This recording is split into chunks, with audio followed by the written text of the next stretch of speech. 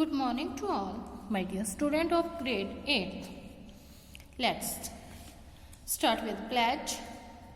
I commit to be vigilant and bear in mind at all times the risk of myself and my colleagues from COVID-19.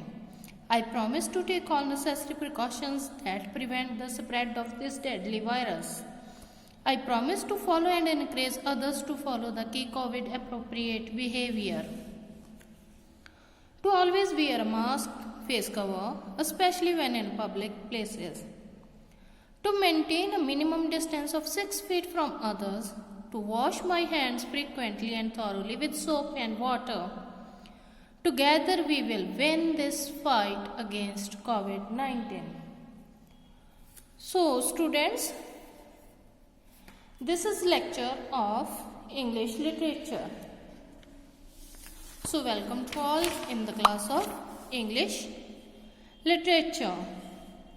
This is revised assignment from your chapter packing. Clear bachche? So these are the question answers from your chapter packing. Packing chapter we had done in our earlier assignments with the full explanation. Now it is only revised assignment. So first question is, why does Jack say he is on the hunt for lost boyhood?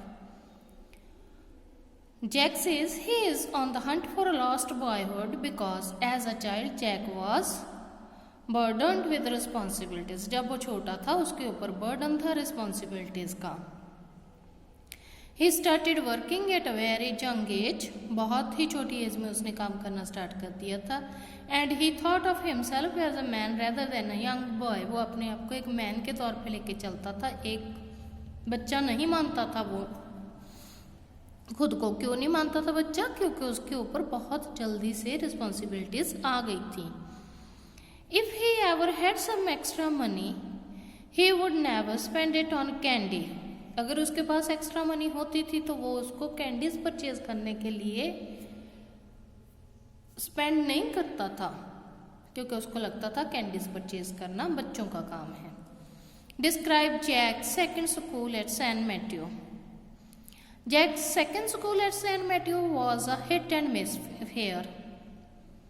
बहुत ही बुरा, बहुत ही अजीब सा था उसका school में experience. और उसका school, the teacher used to get drunken. वहाँ का टीचर जो था वो ड्रिंक करके आता था. And then one of the elder students would thrash him. जो बड़े स्टूडेंट्स थे उसको थ्रैश करते थे, चैलेंज करते थे, टीज करते थे. To make it even the teacher would thrash the younger students. जो टीचर्स है वो यंगर स्टूडेंट्स को थ्रैश करते थे. There were many days when the students would not even sit on their desk. वहाँ पे बहुत सारे दिन होते थे जहाँ बच्चे डेस्क पे ही नहीं जाते थे. मीन्स वहाँ पे स्टडी जो है वो नहीं होती थी.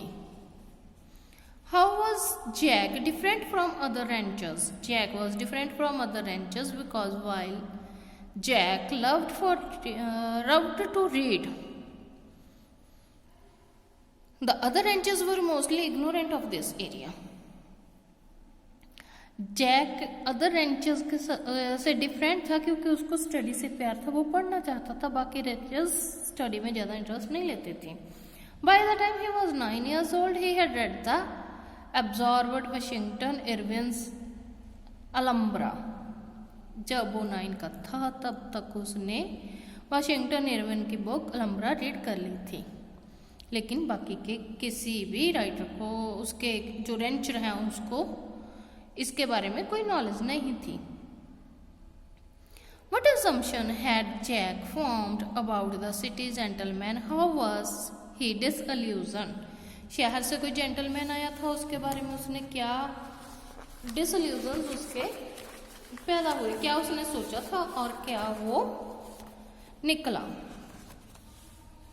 So one day a man from the city had come to ranch where Jack worked. Jack had decided that people in city were not as ignorant as people in country. He had formed as assumption that the city men could know about Alhambra. तो उसको पता था कि वो इंसान अलहम्ब्रा के बारे में जानता होगा, क्योंकि शहर में रहने वाले लोग थोड़े से जो है स्टडी की तरफ उनका ध्यान ज़्यादा होता है comparative the people lived in the rural areas, or in the villages. Jack was disillusioned of this assumption. इसी बात के लिए वो disillusion था, उसको गलत फहमी हो गई थी. He built a model of an Alhambra from the bricks and brought the city men to see it. But he found out that the men knew nothing about Alhambra. From being an oyster pirate, Jack went on to become a part of the fish patrol. How is this ironical? Jack was once a part of the oyster race. This was an illegal activity, and if Jack had been caught, he would have spent his entire life in the prison. ऑस्टर पायरेसी बेटा जो है ये illegal activity थी, Jack उसको करने गया था, लेकिन अगर वो पकड़ा जाता तो उसकी पूरी जिंदगी भी जेल में उसको उम्र कैद भी हो सकती थी. It is ironical that he was later a part of the fish patrol because now his job was to catch the people committing illegal fishing at the sea. So next question, how did Jack go about writing essay? Essay कैसे लिखा उसने? Jack was writing a descriptive essay titled Typhoon of the Coast of Japan for a competition. Those days he was working in a jute mill 13 hours a day. एक jute mill में काम करता था जब उसने ऐसे लिखा था एक कंपटीशन के लिए. कितना टाइम काम करता था वहां पे? 13 hours. Each day he would begin his essay at midnight and write 2000 words. हर रोज रात को वो आधी रात को अपना ऐसे लिखना स्टार्ट करता था और 2000 words वो जो है लिखता था. He would get up at 5:30 in the morning. सुबह 5:30 पे उठता था. So he got little time to sleep. उसको सोने के लिए बहुत कम समय मिलता था. आधी रात 12 बजे के बाद तो वो लिखना स्टार्ट करता था. 2000 वर्ड्स वो लिखता था. सुबह 5:30 वो उठ जाता था. लिखने के बाद जो टाइम बचता था थोड़ा बहुत, उसी टाइम में वो सोता था. For 2 nights he wrote the essay. दो रातों को उसने ऐसे लिखा. And on the third night he edited it to bringing it with the word limit. तीसरी रात को उसने इसको एडिट किया, इसकी लिमिट एक स्पेशलाइज की और फिर उसको बाद में फर्स्ट प्राइज मिला था इस ऐसे के लिए. Why was Jack known as the boy socialist? What was the result? The Jack was known as the boy socialist because he spoke strongly in favor of socialism. Socialist boy क्यों बोला जाता था उसको? क्योंकि वो socialism की favour में बोलता था. And this drew attention of other people toward him. Jack would give speeches on socialism in the streets to the crowds. This led to him being arrested by the police. बाद में उसको police ने गिरफ्तार कर लिया एक socialism person के तौर पे. ओके, जो कि सरकार के लिए खतरा था. Perceived as dangerous by the government. How did Jack manage to study in University of California?